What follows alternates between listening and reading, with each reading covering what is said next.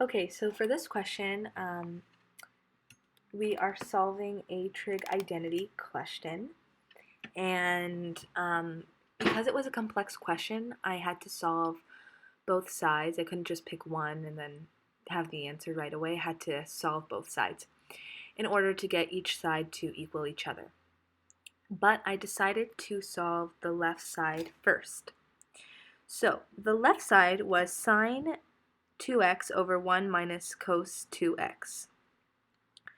So I knew that sine 2x, I could make it 2 sine x cos x, because that's a trig identity. And then I left the 1 minus cos 2x in the denominator. Then I knew that 1 minus cos 2x was also an identity, and I knew that I could change this to 2 sine squared x. So again, this second line was 2 sine x times cos x over 2 sine squared x. Then I canceled out the 2's in both the numerator and the denominator and got rid of them.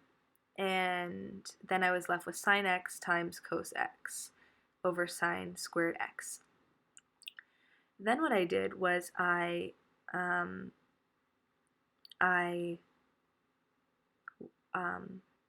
wanted to factor the bottom. So I wanted to change the sine squared x into 2 sine x's to try to cancel the sine x and get rid of as much as I can as possible. So then the denominator was just sine x times sine x. So then again, the fifth line, I think, it's sine x times cos x over sine x times sine x. Then this simplified to cos x over sine x, which is also known as the cotangent, because, and I knew it's also, yeah, it's just an identity. So that was the left side.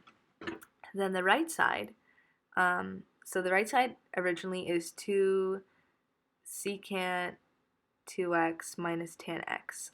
So what I did was, I know that secant is 1 over sine, but because there's like a double angle identity, I had to do 1 over sine 2x, and that's being multiplied by the 2. We can't forget that. Minus, I know that tan x is equal to sine over cos, so I changed that, so minus sine over cos x, because you want everything in terms of sine and cos. So once I did that, then I knew that sine 2x was also known as 2 sine x times cos x. So I switched the denominator to that, and the rest was the same. Then I canceled out the 2 that was being multiplied by the 1 minus 1 over 2 sine x cos x, and I also canceled out the 2 in front of the sine x cos x. Because they're being multiplied by each other, I can do that, so I just crossed them out. I'm sorry, I didn't write that in. Sorry about that. Then that simplified to 1 over sine x cos x. And because sine x, the original negative tan x, which is now negative sine x over cos x, because it's being subtracted by the 1 over sine x times cos x, I wanted to make common denominator. So I made common denominator by multiplying the denominator by sine x, and then I had to do that for the numerator as well, because whatever you do to the top, you have to do the bottom, as we learned when we were younger in math.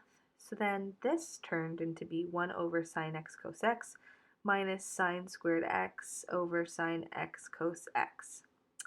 Then I made 2 fractions into 1 by subtracting, and then what I did was this simplified to 1 minus sine squared x over sine x cos x. Then I knew that 1 minus sine squared x is also known as cos squared x, so I changed that and I left the denominator the same as sine x times cos x. Then I factored the top, which was originally cos 2x, and then I factored it into cos x times cos x over, again, sine x times cos x. Then I was able to cancel out two of the cos x's, one on the numerator and the one on the denominator, and then it was equal to cos x over sine x, which is also equal to the cotangent x. So I just proved that left side is equal to right side.